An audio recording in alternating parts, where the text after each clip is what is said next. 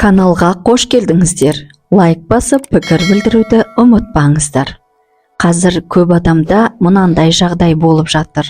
Сіз 10, 20, тіпті 30 жыл бойы мұғалім, әскери қызметкер, саудагер, дәрігер, өнер адамы, бизнес маманы, инженер, жалпы мүлде басқа салада қызмет етіп жүрдіңіз.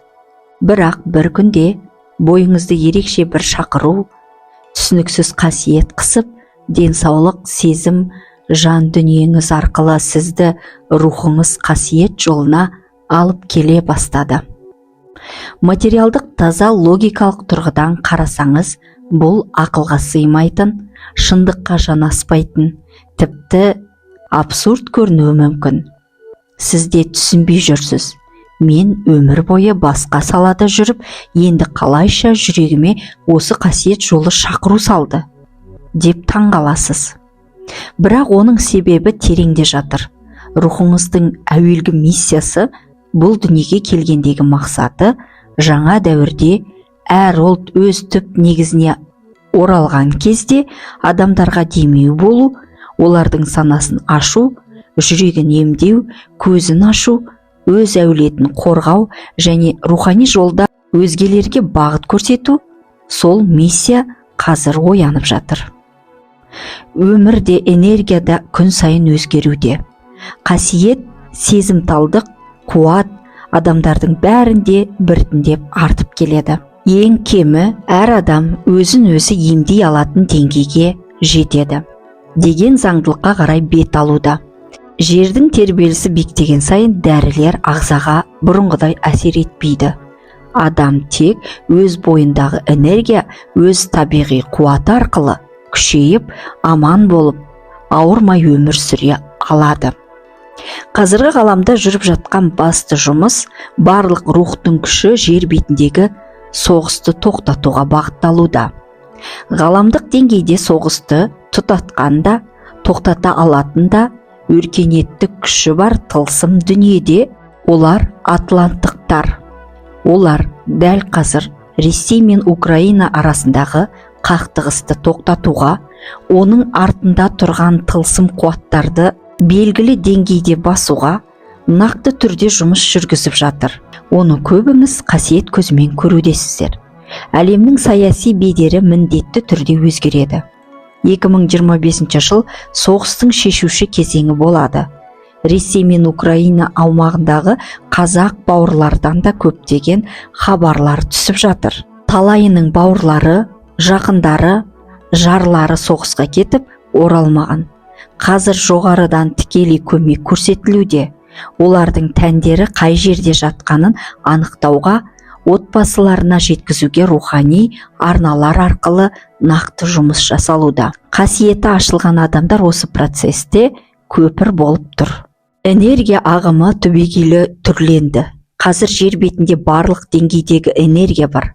Ауыр да, қатты да, жұмсақ та, алапат қуат та. Энергиялар кезеңі түстермен сөйлесіп тұр. Тіпті бұрын адамзат көрмеген жаңа реңктер көрінеді. Реңк деген, яғни цвет. Адамзат ұйқыдан оянды.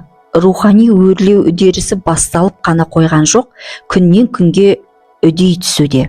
2026 жылы әлем бойынша тағы 37% адам оянады деп айтылуда. Бұл өте жоғары көрсеткіш. Өйткені біз адамзаттың небәрі 8-9% оянған шағында да өмір сүрген кезеңдерден өткенбіз. Ал алда келетін өрлеу деңгейі мүлдем басқа, жаңа дәуірдің белесі. Адамның жүрегі ашылғанда, оның көзіндегі ең қымбат құндылық өмір болады. Өмірдің әр сәті мәнді, әр дәмі бағалы сезіледі.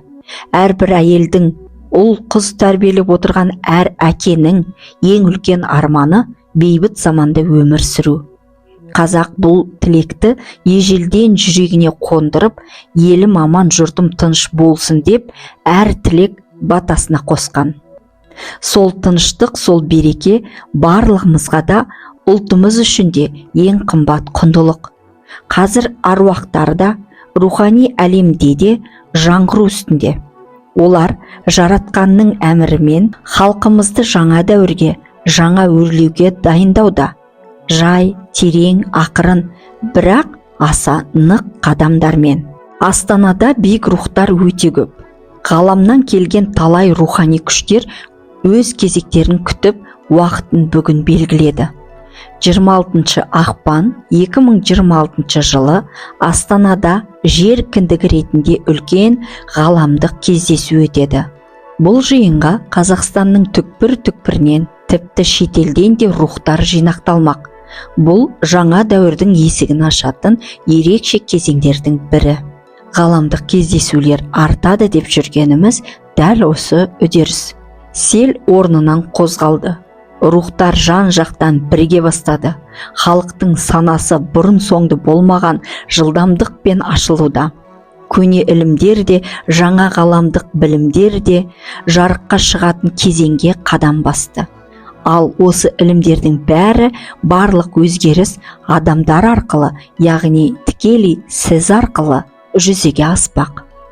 15 қараша 2025 жылы Алматыдағы ғаламдық кездесуден бастау алған бұл топтасу, бірігу шетелдерде де жалғасын таппақ. Бұл рухтар мен адамдардың жаңа дәуірдегі байланысының күштерінің үйлесуі. Бүкіл әлем бойынша бірігу процесі жалғасуда.